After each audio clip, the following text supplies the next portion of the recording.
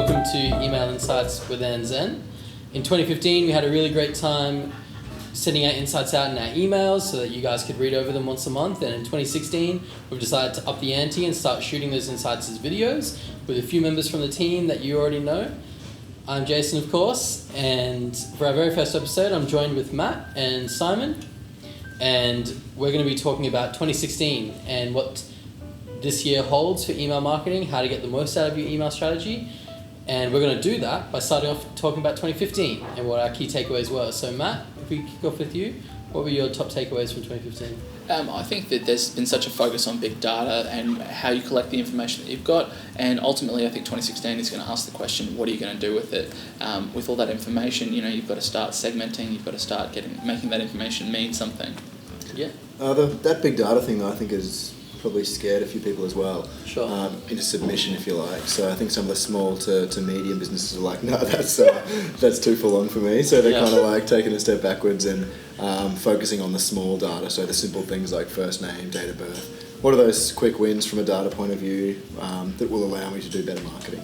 Yeah, for sure. I think the most valuable emails that I get are even just things that have my first name in them, or when a company bothers to send me an email on my birthday to say happy birthday. Yeah, exactly. And they're such quick wins, easy to implement for even small companies, busy small business owners, but they give you a lot of marketing value. So that's, for us as an agency, that's something that we've tried to implement for some of our smaller clients. Yeah, great. So 2015, taking a look at some of the bigger sets of information that we gathered, but also not losing sight of those really simple little quick wins that we can use to make our emails really personal and really valuable. For 2016, Matt, what do you think is going to be the big thing this year? I think in the past year there's been such an emphasis on designing for mobile first, and I think that ultimately 2016 is going to show us that we need to be designing for mobile only. I think that as more developing countries get access to smartphones and sort of the technology and the marketing that comes with that, as well as the ways that we as consumers have been conditioned to receive these emails when we're on our commute, when we're doing our online shopping, that's all going to play a part in the way that companies need to start communicating with us. Yeah, for sure. Simon? I think the whole automation piece is going to step up a notch this year. It's automation's been a buzzword, I suppose, for a while, but I think it's going to get more practical this year. Small businesses are going to start automating their marketing more. We're already doing it for a lot of small to medium companies, and I think a lot of business owners and marketing managers are going to realise that it's quite easy to set up pretty complex automation workflows, and so I think this year is going to be looking at the drawing board and working out how we can go about setting up those automation structures for our brands.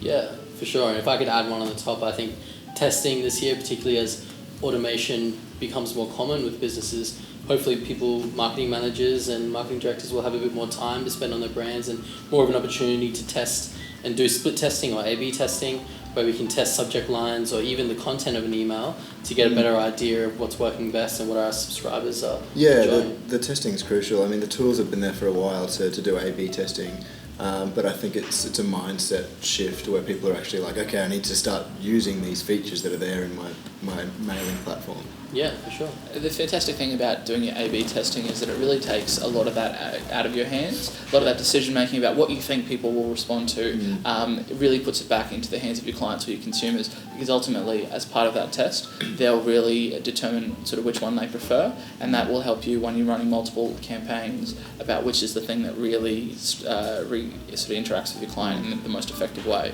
Yeah, it takes the guesswork out, and as marketers we need to take the guesswork out, because our guesses are often wrong, particularly if we're marketing to demographics that aren't us as people. So those tools are really important.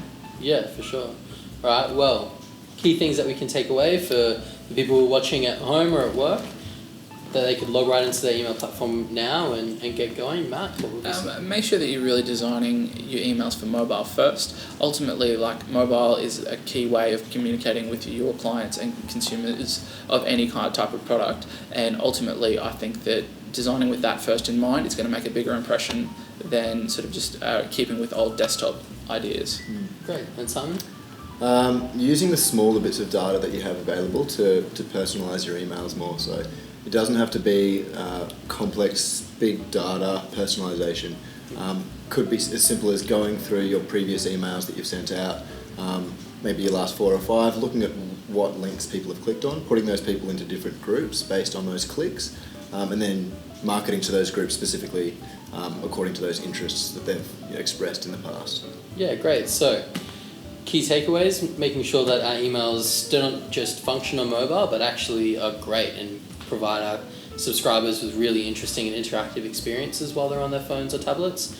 And even something as simple as taking a look through our last 3 or 4 campaigns and sending out, even if it is to a small portion of our database, some really super personalized and relevant content, and see how that affects our database overall. So thank you very much, Simon. Thank you, Matt. Thank you. I've been Jason, and this is the very first episode of Email Insights with Andzen.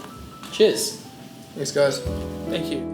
I'm not a sophisticated. I drink this, I enjoy it. How do I express my feelings?